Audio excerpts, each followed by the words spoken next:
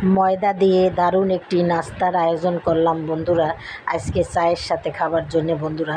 ময়দা দিয়ে ভিতরে চিকেনের পুর দিয়ে দারুণ মজার একটি নাস্তা বন্ধুরা তৈরি করেছি। দেখো ইস দিয়ে, দেখো কত দেখতে কত লোভনীয় হয়েছে। নাস্তাটা খেতেও দারুণ হয়েছে বন্ধুরা। ভিতরের পুরটা অনেক মজার হয়েছে।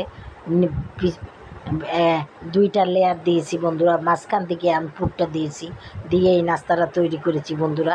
যাই হোক বন্ধুরা, তোমরা একবার দেখবে, যদি কিভাবে তৈরি করছি দেখতে চাও বড় ভিডিওগুলো দেখে নিও, তাহলেই বুঝতে পারবো আমি এগুলোর ভিতরে কি কি দিয়েছি বন্ধুরা। যাই হোক বন্ধুরা, এত কথা শর্ট ভিডিওতে বলা যায় না, তারপরও আমি যেটুক বললাম বন্ধুরা। তোমরাও এভাবে তৈরি করে খাবে বন্ধুরা। যদি ভালো লাগে তাহলে আমাকে একটা লাইক দিবে, আমার চ্যানেলটাকেও সাবস্ক্রাইব করে দেবে এবং শেয়ার করে দেবে। তাহলেই আমি এই রকম ছোটোখাটো নাস্তার রেসিপি এবং সব কিছুই আমি রেসিপি নিয়ে আসার চেষ্টা করব। তাহলে বন্ধুরা আজকের মতো রাখি। আসসালামু আলাইকুম, খোদা হাফেজ। যে যেখানে থাকো ভালো থাকো, আর আমার ভুল ত্রুটি হলে ক্ষমার চোখে দেখবা।